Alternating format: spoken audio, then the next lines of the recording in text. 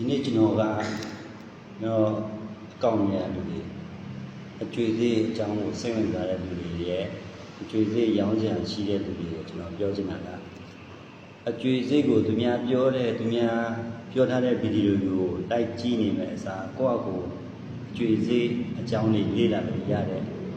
စာအုပ်တစ်စုံတော့ကျွန်တော်ပြချင်တယ်အဲ့စာအုပ်ကဒီ TikTok ထဲမှာလည်းဝယ်လို့ရတယ်နော်အခုကျွန်တော်ဒီမှာအခုပြရင်လည်းကျွန်တော်ချင်းနှောင်းလေးချပေးထားမယ်စာအုပ်ကတော့1800နဲ့20ပတ်လောက်ကြာတယ်ပိုးကားနဲ့ပါလဲဆိုရင်တော့1900လောက်ကြာမှာပေါ့ဒါပေမဲ့ဒီစာအုပ်ထဲမှာကနောက်ဒီလိုစာအုပ်ဒီစာအုပ်ထဲမှာအားလုံးအကျွေးစိတ်မှန်သမျှအကုန်လုံးသူပါကြတယ်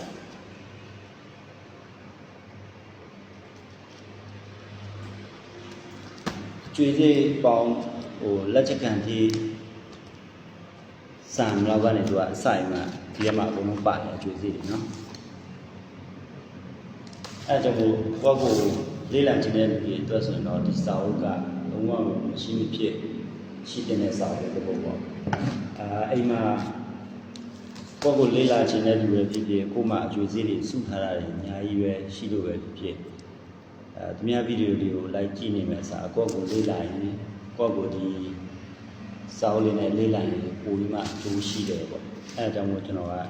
ဒီစာအုပ်လေးကိုမြင်ပြပေးခြင်းဖြစ်ပါတယ်မိတ်ဆွေတို့လိုချင်တယ်ဆိုရင်ကျွန်တော်ချင်းတောင်းလေးချတာပေးမယ်အဲ့ဒီကနေဝင်မှာဝယ်သွားလို့ရပါတယ်ဒီလိုစာအုပ်မဝယ်ချင်တဲ့လူတွေတော့ကတော့ကျွန်တော်အကောင့်ထဲမှာကျွန်တော်အစအဆုံးဘယ်ကျွေးစရာရောင်းရတယ်ဘယ်ကျွေးစရာရောင်းမရဘူးကျွန်တော်အားလုံးရှင်းပြထားပါတယ်เนาะအားလုံးကျေးဇူးတင်ပါတယ်